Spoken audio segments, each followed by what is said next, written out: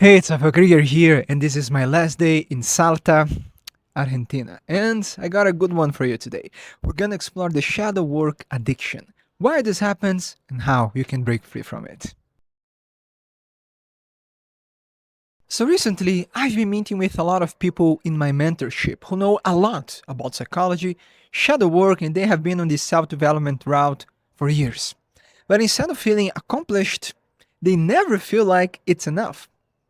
So much so that they end up treating self development as a part time job and it becomes their whole personality and it's all they think about. It's funny, but a client of mine told me that he even took productive naps. So even relaxing was meant to make you more productive because you can't ever turn your brain off. And it's funny because it also reminds me of a time when I tried to optimize my entire life. I had the perfect morning routine, all my day was planned, and I tried to follow the best workout programs, eat healthy, and be as productive as I could. So every hour of my day had to serve a purpose. I mean, I couldn't waste even a few minutes. And if I didn't execute everything with a pristine work ethic, I would feel like absolute shit. The slightest mistake was enough to make me feel like a failure. And when it came to experiencing any kind of bad feelings, such as anxiety or sadness, normal things about being a human, I would also feel like a failure and that I wasn't doing enough shadow work or whatever. And obviously, this was unhealthy, but at the time, just didn't know how to break free from it. And nowadays, I see that a lot of people fall on the same trap. Alright, so what is the root cause of this shadow work and self development addiction? So, to make things simple, this happens every time we approach inner work with a perfectionistic mindset because it infiltrates our practices and also distorts our expectations. And I already have a full video on perfectionism that I'll link over here for you. So I'll keep things short in this regard. So, in summary, perfectionism is a way to cope with a shame based identity and also a strategy to earn love. And this means that deep down, we feel like there's something wrong with us and we are not at peace with who we truly are. And to cope with these feelings of inferiority, we strive to be perfect in everything that we do in hopes of feeling loved and accepted. So our sense of value becomes attached to our external accomplishments, and earning love becomes a performance. And that's why we can't accept being seen as vulnerable. We hesitate to rely on other people, and we have to constantly feel in control. And to achieve that, we might fall prey to what Pete Walker calls salvation fantasies. So, in other words, we might elect certain practices, such as routines or shadow work, that when executed with perfection, bring a sense of release and also an illusory sense of control. And this is a very common mindset for someone identified with the poor eternals. Again, I have a whole series about it that I'll link down below. So, inner work becomes a means to fuel our sense of perfectionism rather than real integration.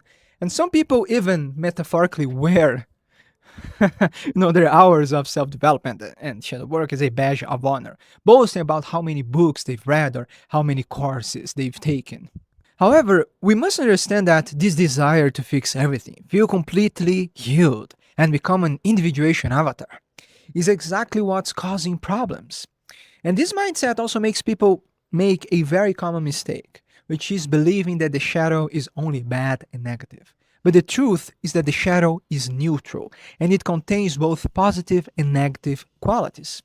And also, we have to understand the basics of shadow integration, which is that the shadow reacts to our conscious judgments. So, for instance, if we equate displays of emotion as a sign of weaknesses, so evidently we will feel threatened by our own feelings. Every time we feel, the slightest anxiety and basic human emotions, we will feel like there's something wrong with us, just, just like I used to feel. But not only that, we also have the impulse to shame anyone who feels comfortable with their own emotions. And understanding how to work with our projections is another key pillar of shadow integration, because everything that is unconscious is first encountered projected. So, in other words, we're constantly meeting our shadows projected on other people.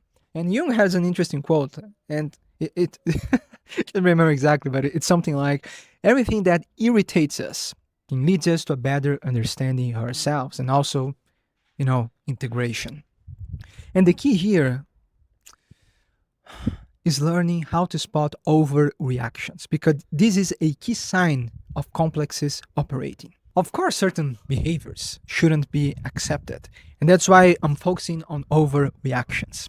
So, when we feel this enormous sense of irritation or a lot of shame with minor things, well, this is the moment you can rest assured that your shadow is operating.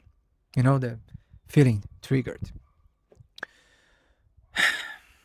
And again, it's important to understand that the shadow reacts to our conscious judgments. And a lot of the time, we feel, triggered about things that we shouldn't feel. Just like the example I just gave you about feeling like any display of emotion is something bad because it makes you feel weak and vulnerable. And then you have this impulse to shame other people and you feel this shame.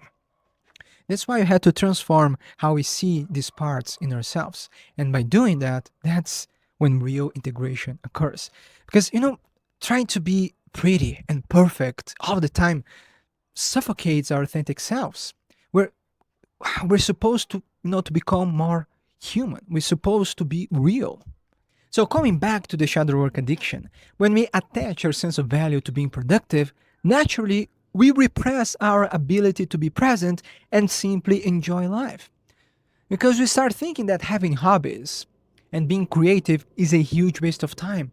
The problem is that this necessity doesn't simply vanish, now it becomes compulsions and addictions. Suddenly, you feel burned out and you start procrastinating. And you don't know why, but you find yourself binge watching shows, eating junk food, drinking, all without limit. Because every time that something is repressed and becomes unconscious and therefore part of the shadow, it becomes this possessive thing. So a huge shift needs to happen. You gotta start listening to your body again and understand that it's okay to not be productive all of the time. And I know that this may sound obvious, but the crazy thing is that when we attach our sense of value to external things and feel like that life is a performance, taking time off is like you're dying. And you think that everything will fall apart if you turn your brain off just for a few moments.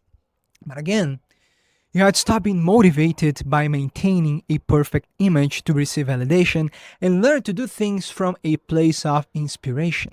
So it's important to create a vision for your life. Know your values and most importantly, what makes you feel alive.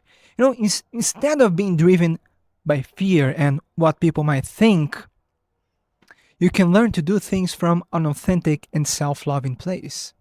And before we move on to the final part, let me tell you that I will send you a step-by-step to perform shadow work when you join my newsletter down below. I also invite you to check my course Catabasis, the Shadow Integration Manual. And if you'd like to work one-on-one with me, I also invite you to check my mentorship. All links in the description.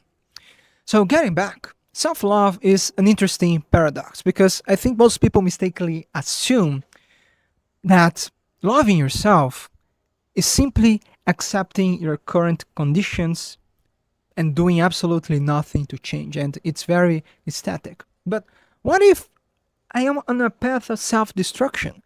Should I just accept it and do nothing to change? I mean, is this self-love? To be honest, I find this notion quite stupid. And that's why I think self-love deserves a more nuanced approach. So first of all, when you truly love yourself, you want to hold yourself to high standards because you feel confident in your abilities and you want to expand yourself. And that's why I don't accept my own bullshit.